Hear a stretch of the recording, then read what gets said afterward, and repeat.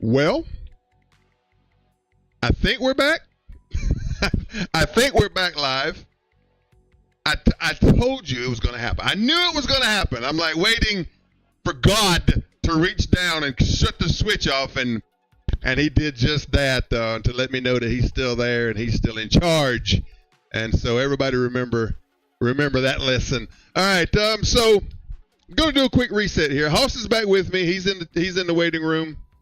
We're going to get him in here in just a second, but I wanted to get this thing back going live and try to get some people in here. Let me make sure we are trying to get Facebook going. I'm live right now.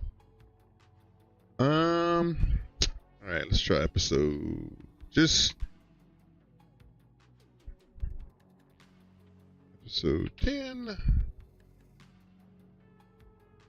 and try to get this thing going here.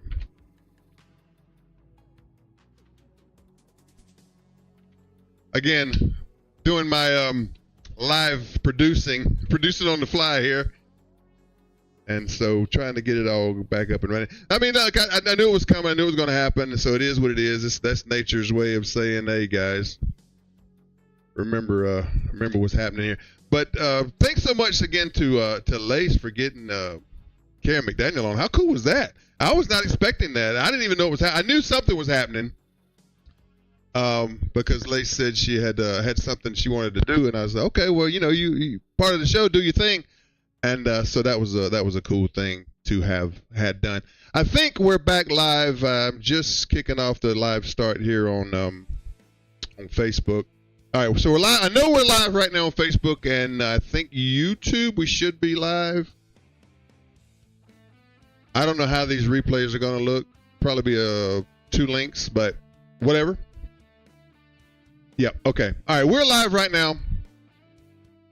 Resetting. Regalwood Rasslin, episode 10. Take 2. We're live on YouTube, Twitch, Facebook, Rumble and Kick. YouTube, Twitch, Facebook, Rumble and Kick. The YouTube channel is Wrestle Radio 860. WRESTLERADIO 860 on YouTube. Kind of the hub of all things Regal. That's where it all jumps off, and that's where all the past, present, and future sits right there on the YouTube channel. Twitch, of course, Regalwood 6969. Facebook, Ricky Regal, RIKKIREGAL, and Rumble and Kick are Regalwood, respectively. You looking for this guy right here? See him, this bulldog right here? I used to look exactly like, I was a little cuter, but see the shape that this condition this guy's in with the championship? Yeah, that's modeled after me. I don't know, because, Overlord, right?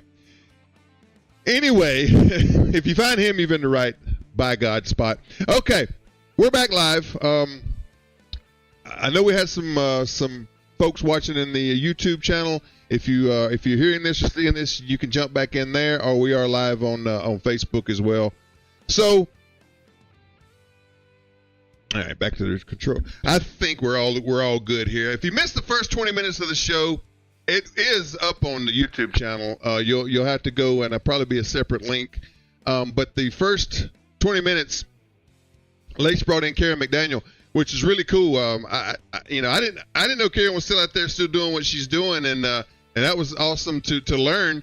And we will get Karen McDaniel back on the program in the future to discuss some stuff with her. Awesome, man. She wrote a book. She's making it happen. So God bless. She has just the legendary status as well. So want to hear some of those great Wahoo stories, and of course the Road Warrior stuff, and all the good stories from back in the day. 'Cause that's the stuff that, of course, I grew up on, and that's the stuff that is near and dear to my heart. All right, without further ado. Oh, nope, sorry about that. Let me restate that because I got to put him back in my program. Now there he's in. All right, if there's not a technical issue, it's not a Regalwood Rasslin, all right?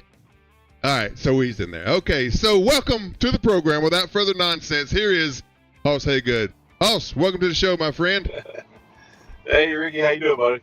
Well, you've been in here. You've seen the mess I've had to deal with. So, yeah. So it has been a challenge. But our motto here is at Regalwood Rasslin is if it ain't some technical difficulties, it ain't a good show. So anyway, Hoss, That's welcome, right. man. How you doing? Where are you at right now? What you got going on? Man, I'm in the big state of Maryland. It's where I've been living here for the past few years, and we're dealing with the weather just like you, man. But I think I snapped my fingers when the power went out and got you back going. Well, I appreciate that. I know you power guys have that magic touch, and I knew it was going to come, man. I'm sitting here looking out the window, and I'm like, yeah, it's just a matter because where I live, it's we're strung together sometimes by tape and prayers. So Yeah. I knew it was going to happen, but the thing had started clearing up, and all of a sudden here we are. But anyway, Hoss, thank you for coming on the show today, man. Got a lot I want to talk to you about. You have a big event coming up in Abbeville. We're going to talk about it in a little bit. But I wanted to, before we go forward, we have to go back, right? So tell all the people who may not be familiar with Hoss Hagood and what you got going on and how you got in. Tell us your history. What brought you into wrestling and how you got in at the beginning. Man, I might have to jump in the time machine. We'll get in that hot tub time machine and go way back. Yeah. So, graduated high school in the year '99, and had plans of going to college. So some life things happened, and I ended up swapping over to Piedmont Technical College in Greenwood, South Carolina. And I grew up watching wrestling. I'm a big wrestling fan, just like anybody that's got into the business. Always wanted to get into the business and didn't know how. I was writing a story. We had to write a paper in our English class just about something that we love, and it just so happened to be about wrestling. And my teacher passed it along to a local promoter at the time. There was a professor at Piedmont Technical College by the name of Thomas Simpson. Thomas Simpson read that paper, and Thomas Simpson got a hold of me, found out that I lived in the same county that he did, and asked me if I wanted to learn to become a professional wrestler. And that's where that started. Now, I did not know that. Oh, go ahead. I You didn't know that? I did not know that. It's interesting. Yep, absolutely. Yep, that's how I got started. Now, it lasted about a year, and I said, maybe this is not for me. I wasn't doing very good in training.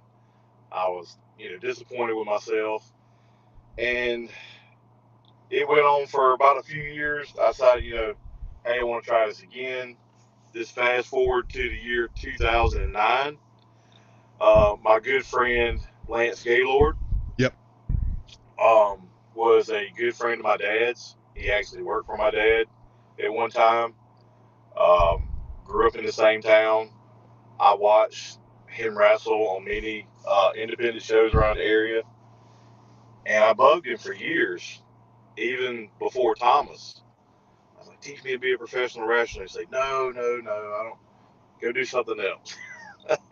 Actually, finally, they did a show when him and Big Money and Cruiser were on the show, and I just started bugging all three of them. And finally,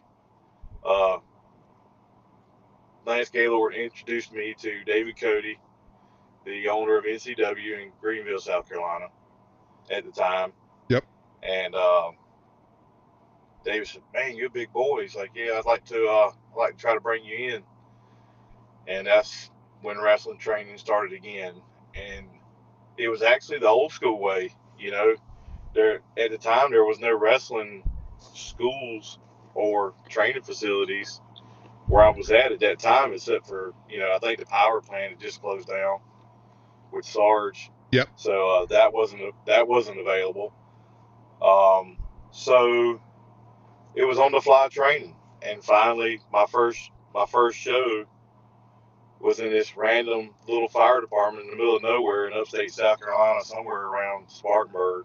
Mm-hmm. And my first match was against Lance Gaylord. Yeah. And I didn't even have a wrestling name at the time, Ricky. We was sitting in the locker room just laughing and joking around, me and Boomer Payne and Sergeant Chaos and Cruiser and Harold James. We just sitting there laughing, telling jokes, and I was doing that because I was nervous. Yeah. I was nervous as a long-tailed cat in a room full of rocket shears.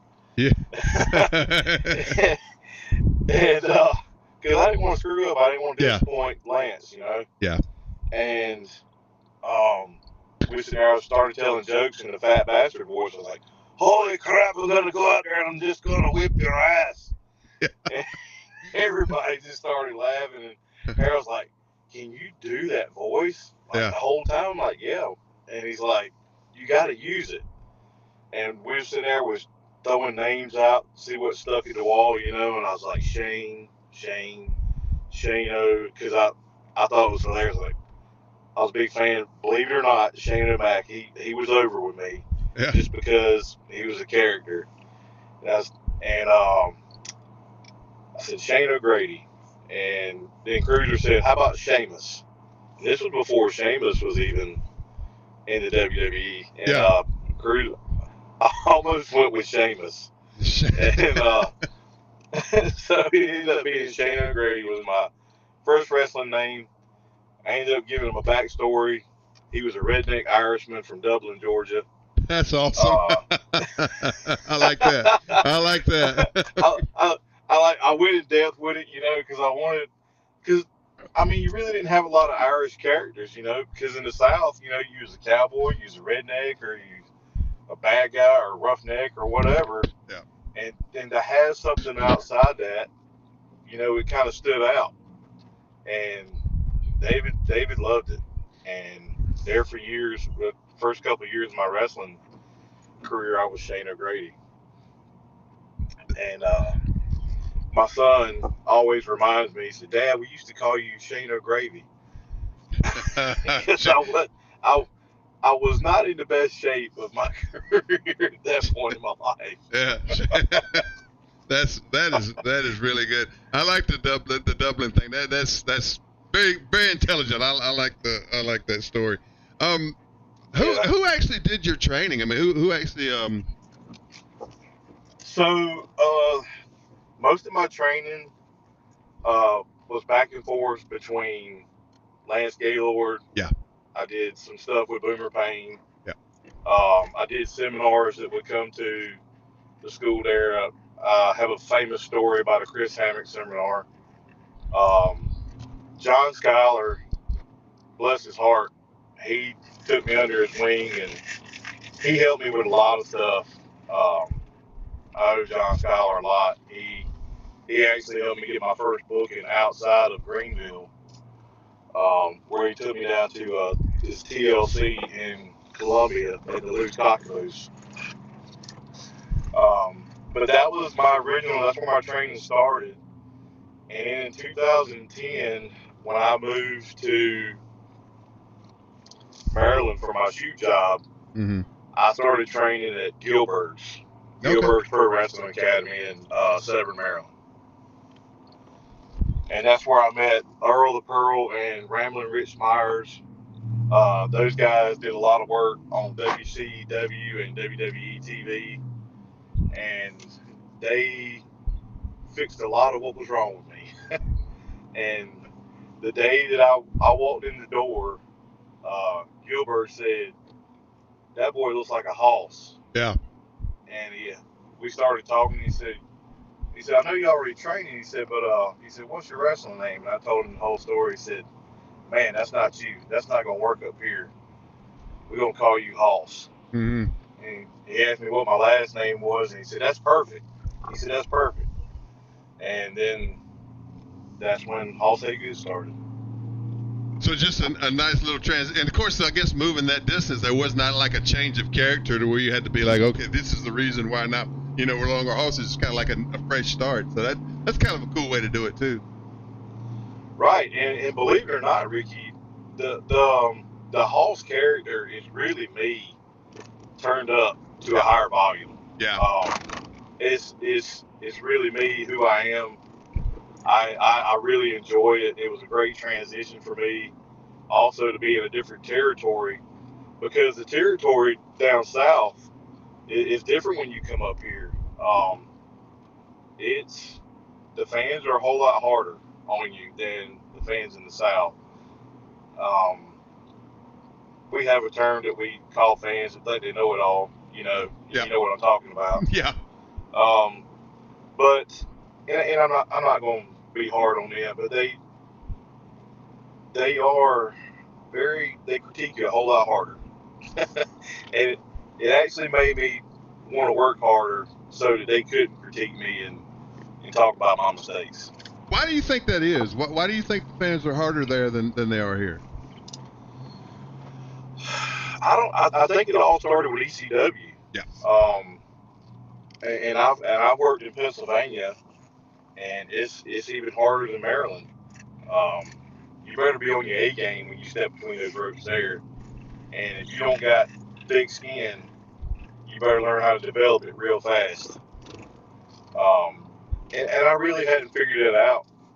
Maybe it's just a northern mentality. I argue with people all the time. You live in Maryland, you're a Yankee. I'm like, no, do a little research. I'm still below the Mason-Dixon line. I'm still in the South.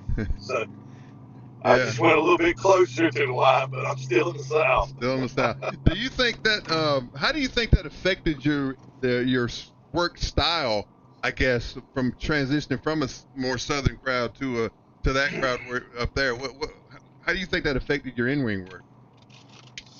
It was easier for me to develop the heel character that I stepped into at Maryland Championship Wrestling.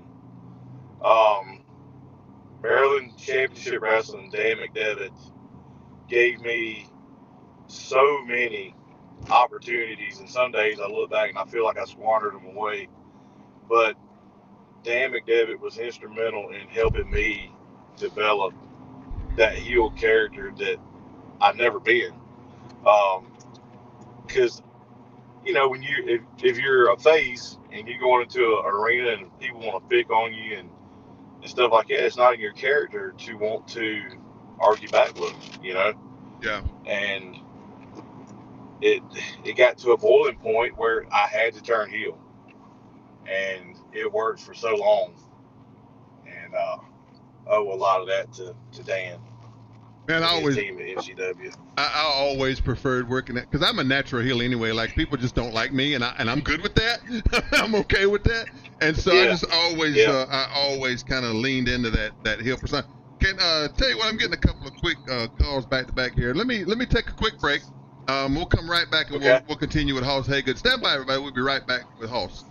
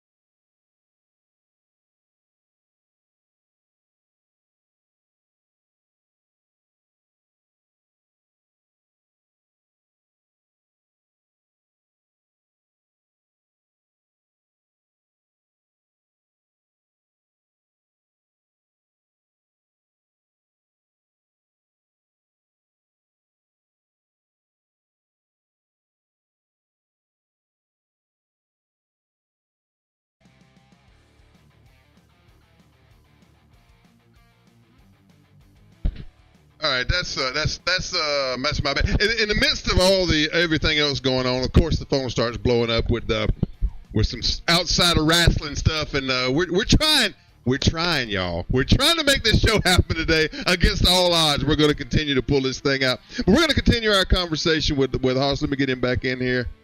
Wrong one. There he is. All right, Hoss. Sorry about that, man. We may have to go again in the future just to clear up all this crazy that we're dealing with today. That's fine. I see people falling back into the chat. Lace's in there, and Karen McDaniel's just joined in. Karen, thank you for joining into the chat room there.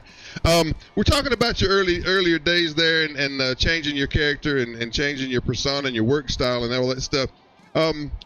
What do you think about how the difference between like the emotional and then like I was trained old school. Of course, you had to place and work your psychology a lot more than your highlight reel stuff. What do you think about the modern wrestling sacrificing the emotional and psychological for just the highlight reel? What do you think? Well, it's all about. I try to explain to people, don't overanalyze it. Go in there and just be a fan and try to understand the story that they're trying to tell you rather than overanalyze it. Now, do I prefer the old school way? Absolutely. I prefer you have a definition of what good versus evil is. It seems like today it's a little saturated that you can't tell that there's a good versus evil. And I think it takes away the mystique of wrestling that we're all friends, Yeah. and stuff like that. But it's modernized. Things have to evolve, and you just have to evolve with it. And I'm trying. My days are numbered, and my punch cards run a little high. But you know, I sit back and watch some of the current shows like AEW or TNA's gotten so much better, man. Yeah. I really enjoy watching TNA. A lot of my friends are on there, and to see them bring in, there's a mix almost, and you can see it on AEW too, like FTR. Um, they're old school. Yeah. It's a nice mix. What did they say, Ricky, when we was coming up? It's like beef stew. You gotta have the carrots. You gotta have the meat. You gotta have the potatoes. You gotta have a nice mix to have a good beef stew. Yeah. And I think that's what they're shooting for, but sometimes it gets a little oversaturated. It gets a little convoluted sometimes trying to separate the wheat from the chaff. But I'll tell you, and it's interesting that you said that word evolved. Especially a lot of the old school guys I interviewed, Nikita being of note. I asked them that same question about, with kayfabe being non-existent anymore. How do we do we get back to it, or do we just move on from it and try to do it a different way? And it's all interesting that even the old school guys like Nikita are like it's just evolved. It's never going to go back to what it was, and you just gotta have to find your niche in the way that in the modern era and the modern style. And I guess there's a lot to that. I will always I'm old school to my soul. I will always pine for the old school way and the kayfabe way. But it was interesting. I brought up the Road Warriors thing just as an aside here, the documentary on them, and I think Waltman was on there in one of his interview parts, and he was talking about some of the behind the scenes stuff that led to the later stuff in WWE where they sold the Hulk being addicted angle when he fell off the thing. And even he was like, and he was talking about some of that stuff, and he's like, man, I just feel funny talking about this on camera. So it's still ingrained in us, guys who's been around a while, but I guess there does have to be some evolution and approaching it a whole different way. I don't know, honestly, as a matter of fact, how I would do that going back in at this point if I were to ever do another one, because, it's deeply inside you when you were brought up that way. Yeah, it's hard. It's hard for. I'm just a blip in the wrestling industry. Okay. I don't want to degrade it. I want to leave it better than the way I found it. That's the way we were taught coming up. Leave it better than the way you found it. I wish we could go back to the older ways. I feel like people would appreciate it more rather than, because now you're so accessible to fans. Yeah. With social media, you're yeah, just so accessible. They can. Back then, they couldn't get to you. right. And then if they did get to you, I was just watching Tales from the Territories, and it's funny you bring up Nikita. How far in depth he went with his character, Yeah. even when his child was born. She was from Lithuania, and she was a Koloff. Yeah. Yeah. So I mean that's going deep. Yeah. And does anybody do that these days? Maybe not. You maybe have MJF. one or two people. What's that? MJF. I mean, he's the only one who right, lives his character. Right. Yeah. I think, and I've been. Go ahead. No, I was just gonna say I think the only throwback to that in the modern era was the Undertaker, who lived that character for so long. And it's odd, man. And it's odd seeing him now just talk like we're talking right now. It was odd for me to see Nikita and talking in his regular voice, and it was just so weird because it was so protected back then. And again, pining for the old days. I get that there has to be evolution to everything. I don't know how, and my problem is always the suspension of disbelief. If everybody knows everything now, then where's the magic? Where is the magic that I grew up on, and that what drove me to get into the business and to learn it for all the aspects of it. You know what I mean? Where's that drive now? It's just it's difficult. So I just had a conversation with a guy the other day, and I said, you've got to step through those ropes, and you got to make that fan believe that you are something from out of this world. Yeah. And you got, and I bring up a good point with that is if you just watch the documentary about Hulk Hogan, and you can't say professional wrestling without saying Hulk Hogan. Yep. I don't care who you are. You can be mad at me, throw all the bad stuff you want, but he was the guy that brought so many of us that are in the industry right now to wrestling. Yep. Because he was that humongous character that everybody wanted to be. Mm-hmm. Everybody wanted 24-inch Python. Yeah. Yeah. I mean, I know I did. I was like, man, I wish my arms were that huge. Yeah. And, I mean, I got the blonde hair part, but I don't got the 24-inch pythons. I think they might be 16, but Yeah. But it's man. There's so much I want to say, Ricky, but it's like I kind of restrain myself because I don't want to give it away. Yeah. Because it's been the curtain's been pulled back so far. Yeah. And it's easy to be me because my character is me. Yeah. But there are some guys that their character is not them, and they need to protect that. Yeah, no, I don't know what the answer is, and again, everybody's, and you even said it's evolved, and you have to evolve, and I get it. I just don't know. I get if I was starting today, and maybe of course I'd be a lot younger than I am, but if I was starting today, I don't know how I would have approached it, but because it is so just bare open to the world now, and we didn't have that coming up. Well, I talked to Brody. I don't know if you saw my conversation with Brody. I did. But his whole thing was, it's just it was just a different time, and we didn't even know where to find boots. That was like secrets that were passed around in dark corners of the dressing room. I borrowed my first pair from Lance Gaylord. Yeah, I mean it's just finding that stuff out. It was like you were learning little bits of a secret society, and that was the magical part to me. But you bring up Lance, and man, I tell you what, no better guy than Lance Gaylord. And when we lost him, it was first off, it was shocking, because Lance was one of those guys that you thought was just always going to be around, and I loved him. I loved Randy so much because he was just such a genuine guy. I mean, what you saw with Randy Nichols was what you got, and in his in the ring stuff, he could change the air in the room just by walking out and doing his stuff. There'll never be another like Lance Gaylord. So tell us the Lance story from when you first got in with him. Oh man, I could be having the crappiest day, and then he walk in the room, and then just all the crap just went away, and I was happy again. Yeah.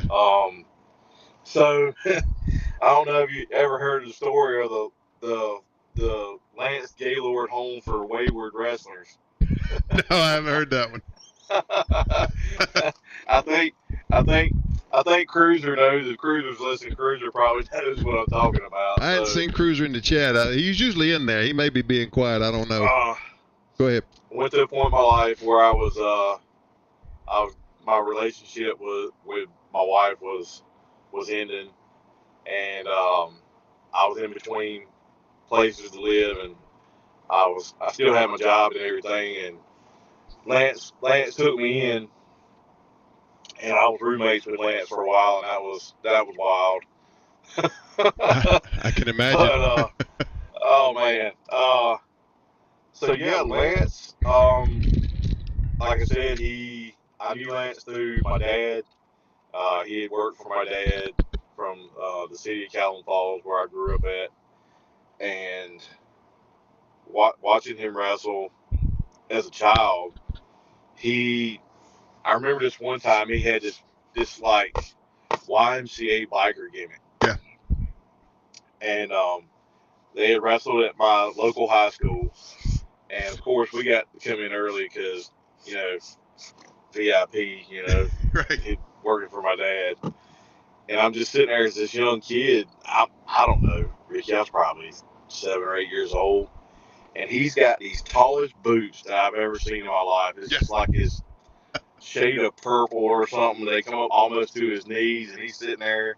He's having a conversation with my dad, and he's lacing these boots up, and I'm like, he's never going to get his boots laced up. Yeah. And they're talking and talking. Yeah. And he'll lace a little bit, he'll stop, and he'll lace some more. And but he's sitting there, and he's got my dad cracking up the whole entire time. Yeah. There was no bad mood around him. Yeah. And the first straps I got to hold was with him. Me and him had the NCW tag straps together, and I was on cloud 9, man. You could not tell me anything. Like I said, I was such a stickler about professional wrestling that, and this, some people might not care about this, but I didn't want to step in that ring unless I had on a pair of wrestling boots. Yeah. Yeah. I felt like I was going to do a disservice to the industry and the fans just by the small things. Yeah. Just the small things. Not having a pair of wrestling boots. And I tell guys that all the time. It's like, first thing you do, get you a pair of wrestling boots. Because you're building your character, and you're going back to the roots of what professional wrestling is. Right. And to some people it seems that's not, I can put on a show. I don't need wrestling boots. I can wear wrestling shoes and kick pads. Yeah. Whatever, man. Yeah. For me in my house, we wearing wrestling boots. Right. Yeah. As for me in my house, exactly. When we first started, I told the story with in the past where we got in. We didn't know anything. I mean, this is going way back. And we didn't know anything, didn't know how to find boots, didn't know how to find gear, so we went and bought stuff at Walmart. And as soon as we got those they were boxing shoes or wrestling shoes is what our first pair of boots were. As soon as we got those, we were like, nah, this is just not going to work. So we wrestled a couple of, our early matches in that. And then when we started learning the secrets, we sent that order off to B-Bar A in Texas immediately. Because that's the only place you could get them back in the day. Yeah. Yeah, I believe it was Stagecoach was making them, right? It was B-Bar A boots. That's what it was. Yeah, that was when we first started. B-Bar A, and then there was another place where you got your actual gear. But they would send you these flyers in the mail with drawn pictures of like the singlets and the butchers and all that. Just crazy stuff, man. And again, that was just part of the magic of learning the society back in the day. No, it's cool. You talk about. Go ahead.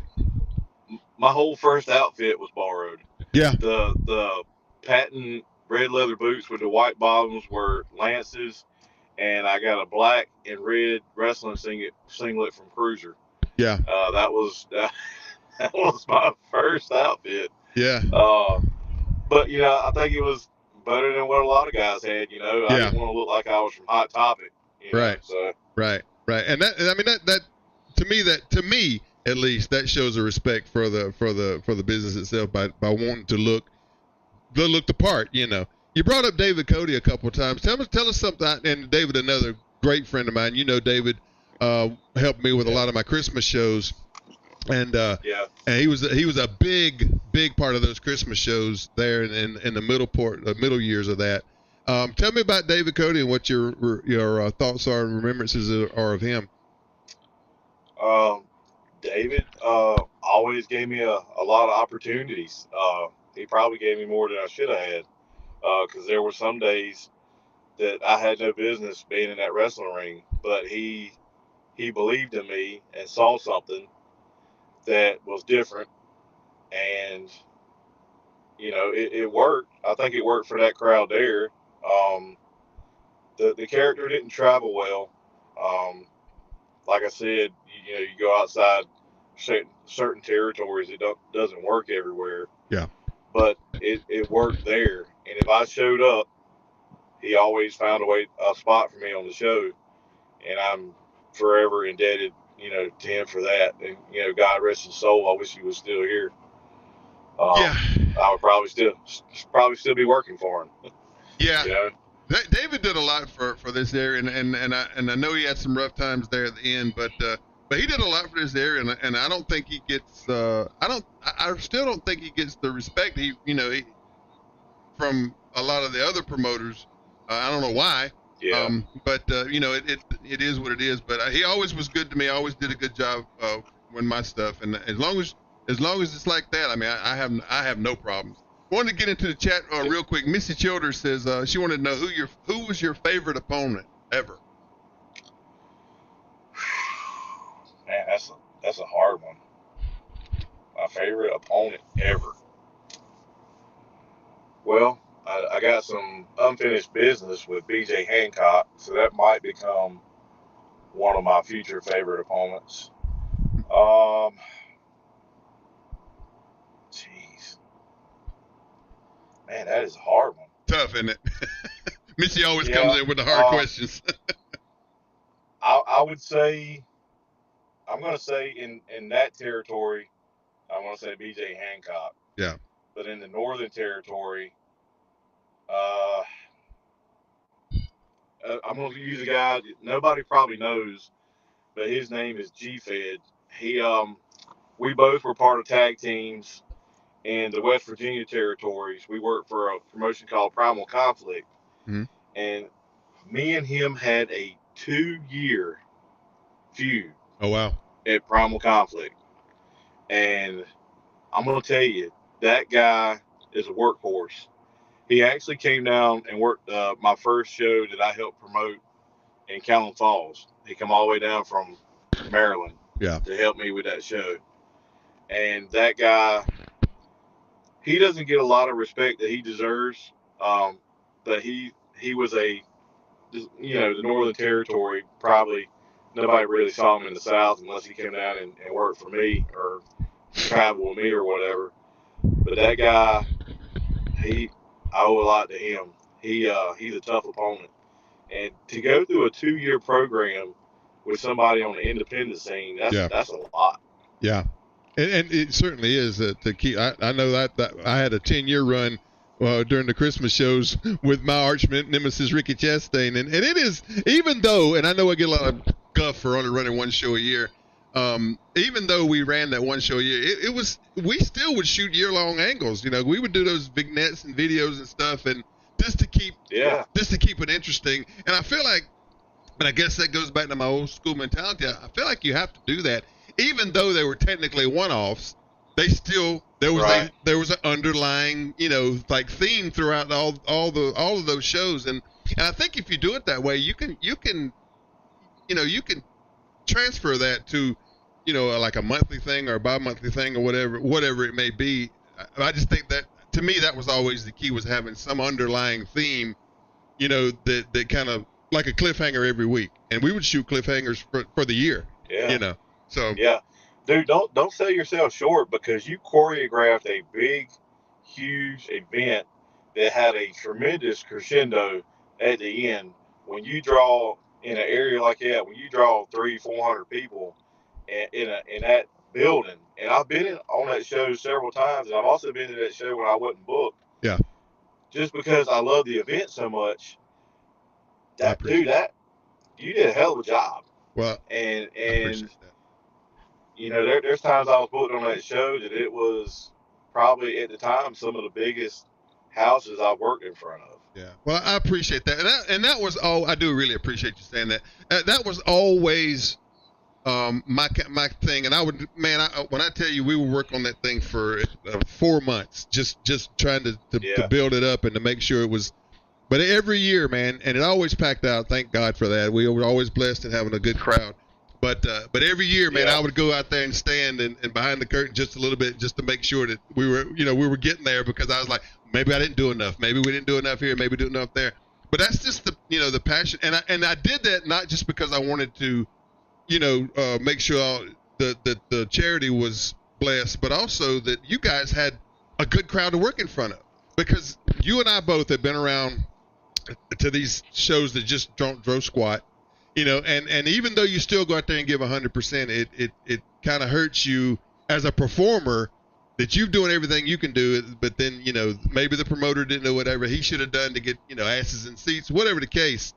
So I always wanted there to be a full house there for two reasons: for you guys and for make sure that charity was blessed. So yeah, it was a labor, but it was a labor of love, But let me tell you this, that show produced a lot of guys that are on TV now. And I can tell you 2 of those guys because I tagged with Cruiser to wrestle 2 of these guys. You may not remember it. Steven the Fever Walters, which is now one half of FTR. Yeah. And John Schuyler, which is now one half of the Great Hands on TNA versus me and Cruiser Lewis. Yeah.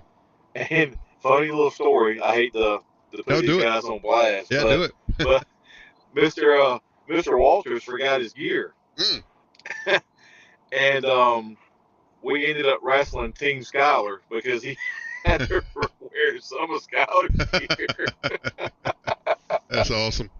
That is awesome. But hey, that guy, both of those guys took off. Yeah. And went to the show, and it's well deserved. Yeah. Those guys are.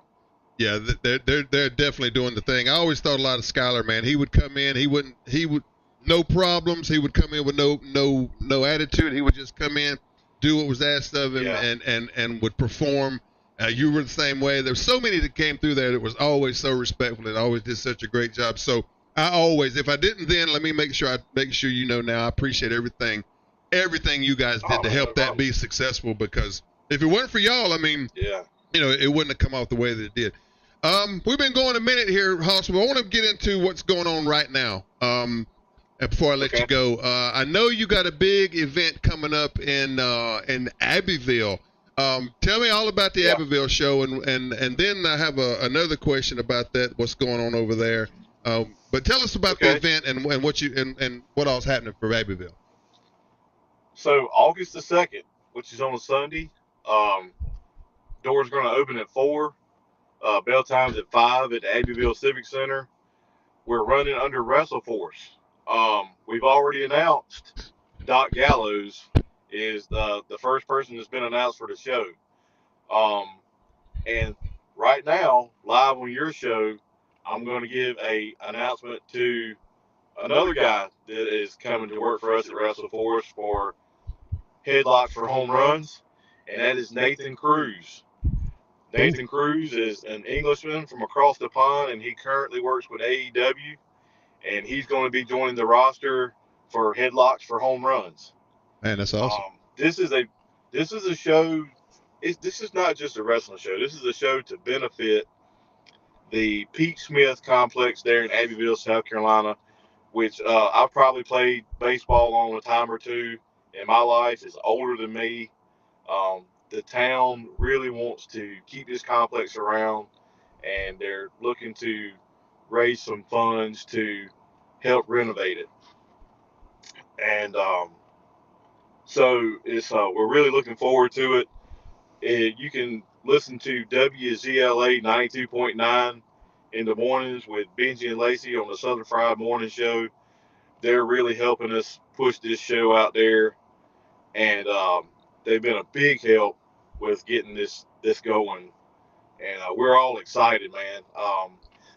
I really wish I could tell you everybody, but I kind of want to keep, it hush hush and announce it as we go, and really make it something exciting for the fans. Yeah. But I can tell you who I will be facing as well, and I was pretty excited about facing him because, like I said, we had some unfinished business, Mr. Me and BJ Hancock, but he has called upon somebody that you had on your show last week,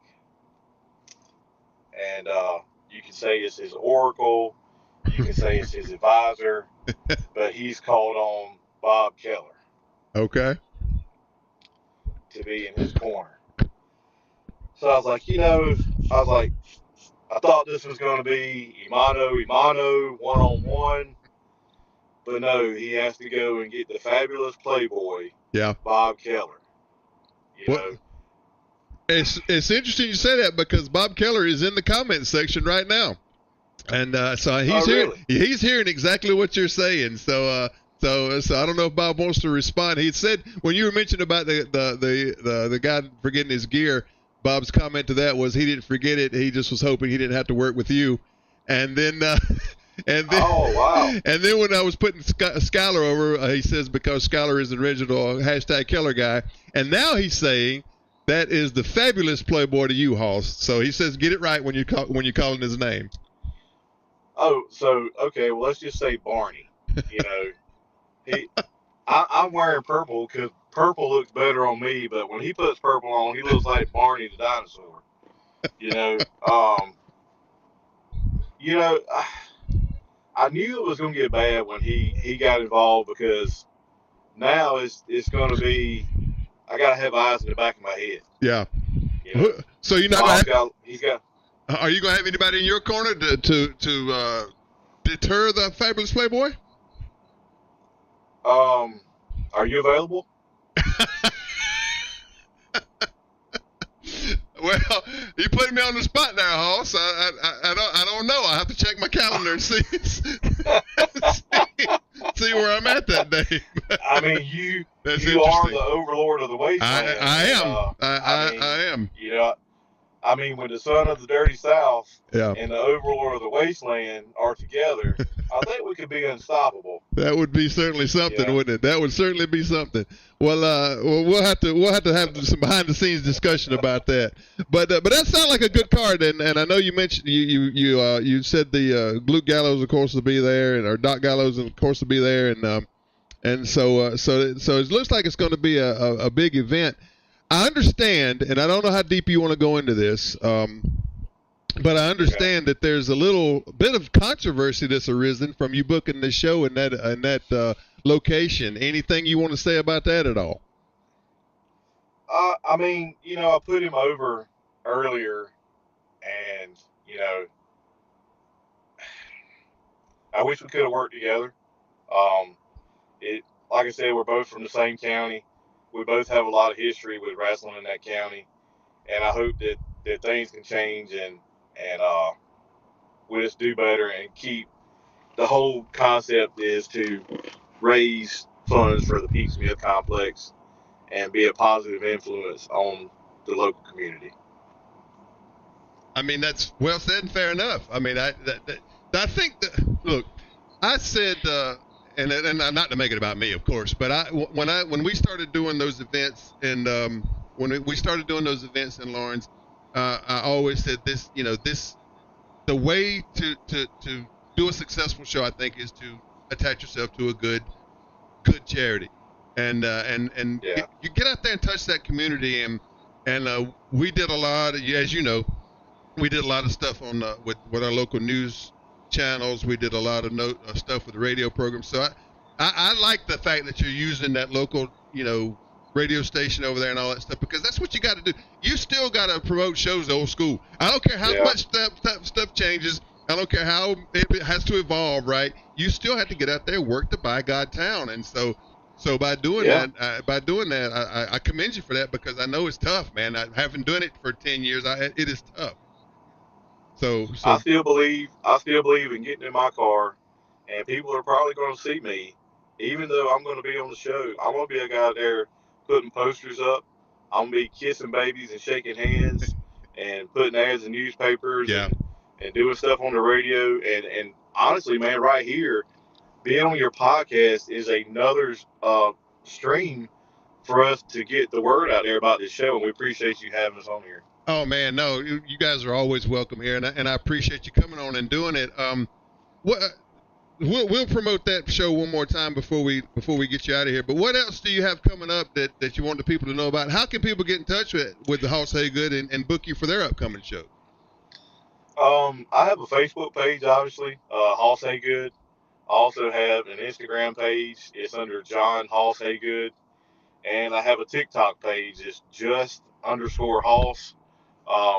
You can message me on any of those platforms. And if it's a promoter that would like to book me, just shoot me a DM on Facebook. But this Saturday in Hagerstown, Maryland, at the Flying Boxcar Stadium, we have an upcoming show with Voltage Wrestling with me and my tag partner LK, the Country Club versus the Faculty for the Voltage Wrestling Tag Team Championship.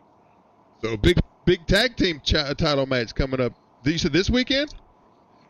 Yeah, this Saturday, May the 23rd at Hagerstown Flying Boxcar Stadium. Very cool. Well, Hoss Hagood, man, Yeah. thanks for coming on and being a part of the show today. I really do appreciate it. I wanted to make sure we got out there about your big event and to address, some of the controversy that's swirling around it. And I appreciate you doing it. I know you didn't, you guys kind of want to keep it kind of classy on that, and I appreciate that. But I also understand that, that it's out there and, it is what it is. Let's see. So Bob Keller says you can reach Hoss at Drunk Redneck Leader. I guess that's another .com or maybe. The man says you can't take it out of the man. It is what it is. Very good stuff. Hoss, what else do you want to let us know about before we get you out of here, bro?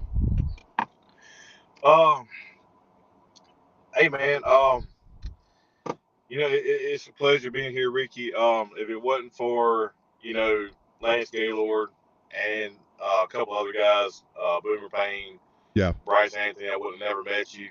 I was around when the Regal board was up. Oh, oh God! I still have PTSD. But hey, man, Southern wrestling is what raised me and got me into this business, and I appreciate everybody that I've crossed paths with. Whether you hate me now or whether you like me, I'm still happy to be here. It's a blessing. My family has gotten to watch me wrestle. I'm old enough to be around to where I've had a grandbaby get to watch me wrestle, so it's pretty cool. Yeah. So wrestling is always going to be a part of my life, and I'm here to stay.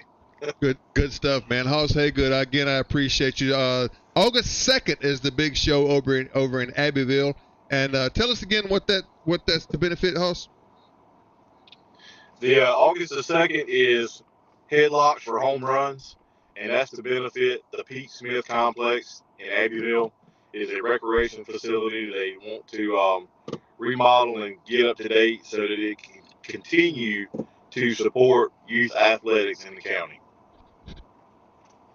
Very good stuff. And Hoss, man, again, thank you so much for coming on the program today. I really appreciate it. Whatever I can do to get the word out, I will definitely do. August 2nd is rapidly approaching, so we'll keep talking about that.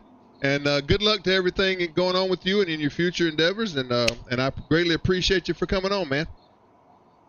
Yes, sir. Thank you. Very good stuff. All right, that's Hoss Hagood. I appreciate him for being a part of the show today. Very good stuff.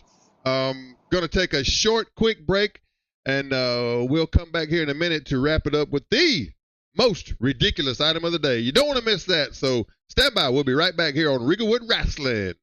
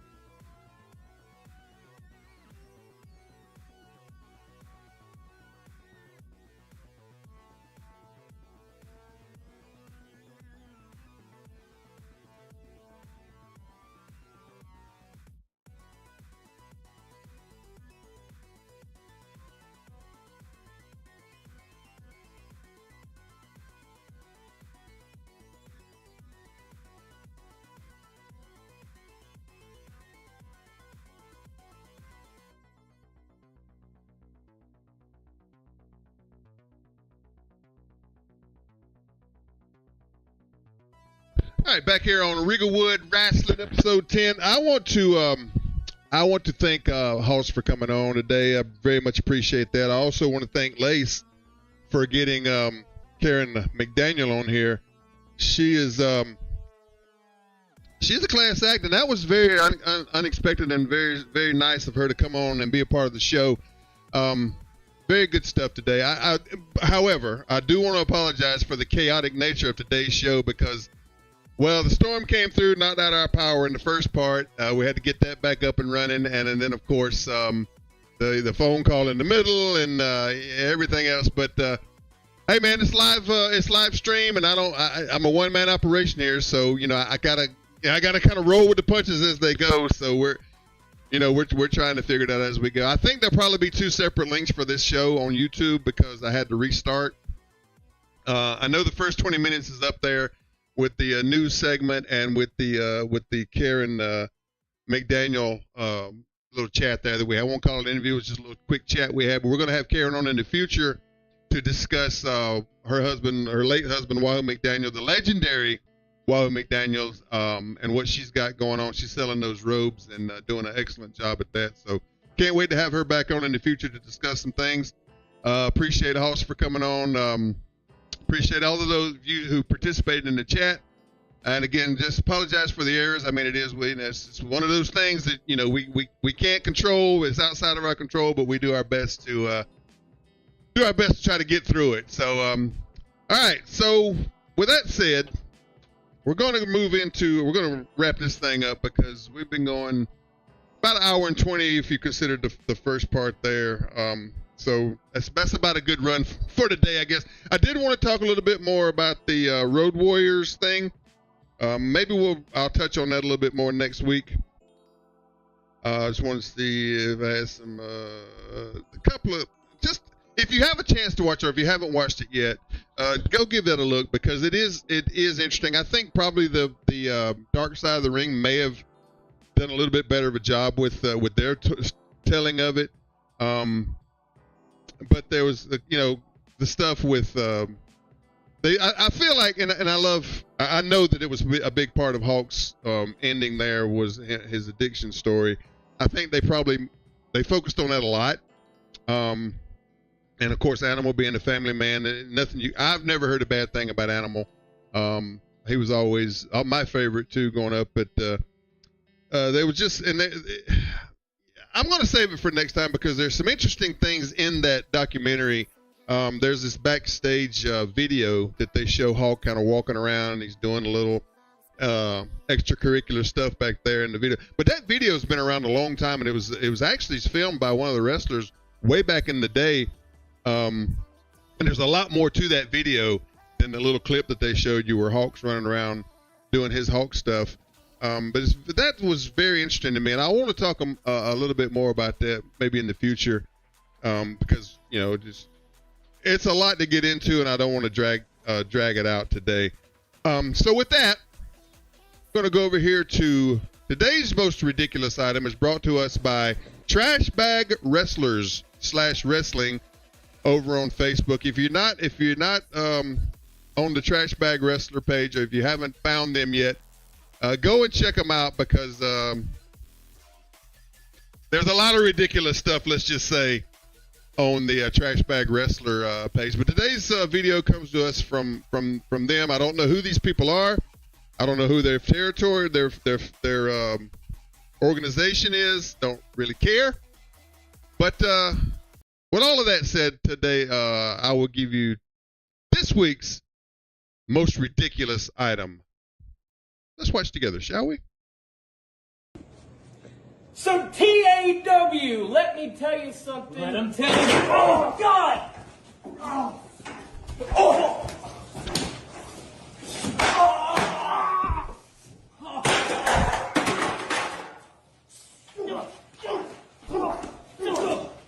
You want an apology, Cade? All right. I'm sorry, Cade. I'm sorry that on May 30th at Clash at the Creek, Dangerous Affairs are going to end the Best Friends Club.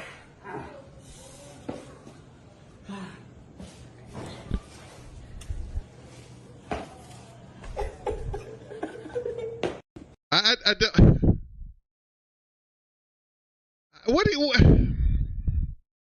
do I say? What do you say? I mean, how do you? Again, let me preface everything I say with God bless. Go live your dream. Go do your thing.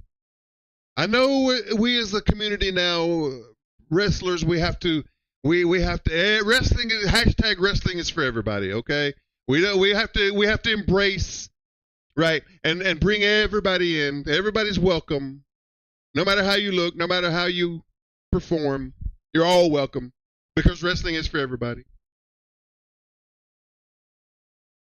But for God's sakes, if you're going to do something like this, why? Let's bring it back up here. I can't help myself. I have to. Let me move myself. First off, what room are we in? What psycho killer basement? There's a broom over there. There's stuff laying on the floor. There's an extension cord. And the green screen that they have up is just chef's kiss. I mean, what are you green screening out, by the way? They're both outside of the green. That's just the beginning of it. That's just little technical things that I see. And you know, if you're a fan of this show or if you watch this show with any, length of time, you know that I'm the technical difficulties master. But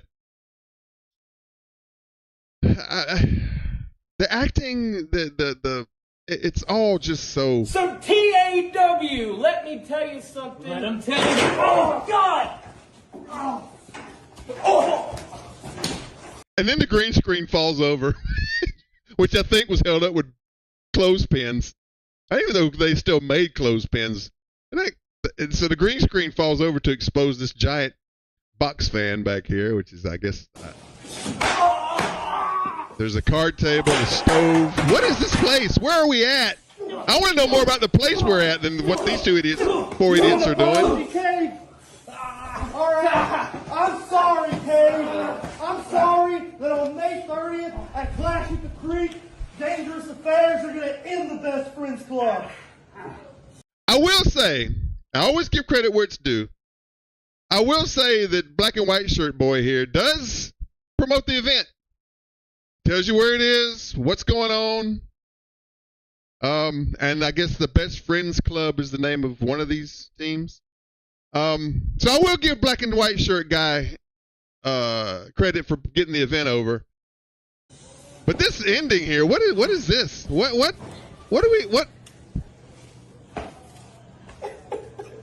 I don't know what are we doing? What are we doing? Live your dream. God bless. I don't know what there's literally nothing else I can say. But that, my friends, is your most ridiculous item of the week. And what more can you say? What more can you say? Thanks for everybody who joined me today. Thanks for all of you who put up with this mess of a show today. Again, thanks so much for the legendary Karen McDaniel for coming on. Thanks for Hoss Hagood. Really appreciate him coming in and telling his story and talking about his event that's coming up. And we'll do it again next week. Next week will be Thursday. I do not have a guest lined up yet. So if you want to be a part of the show, give me a shout on Facebook at Ricky Regal, RIKKIREGAL, or give Lacey a shout. Lacey, as always, or Lacey Gwynn. And we'd love to have you on to talk about your event, talk about you, get you over, or help me get me over. I mean, give us a like, give us a subscribe. It does help the algorithm. Never ask you for $1 here at Regalwood Rasslin. We're just here doing this because we enjoy it. We like talking to some old friends. We like talking to some new friends.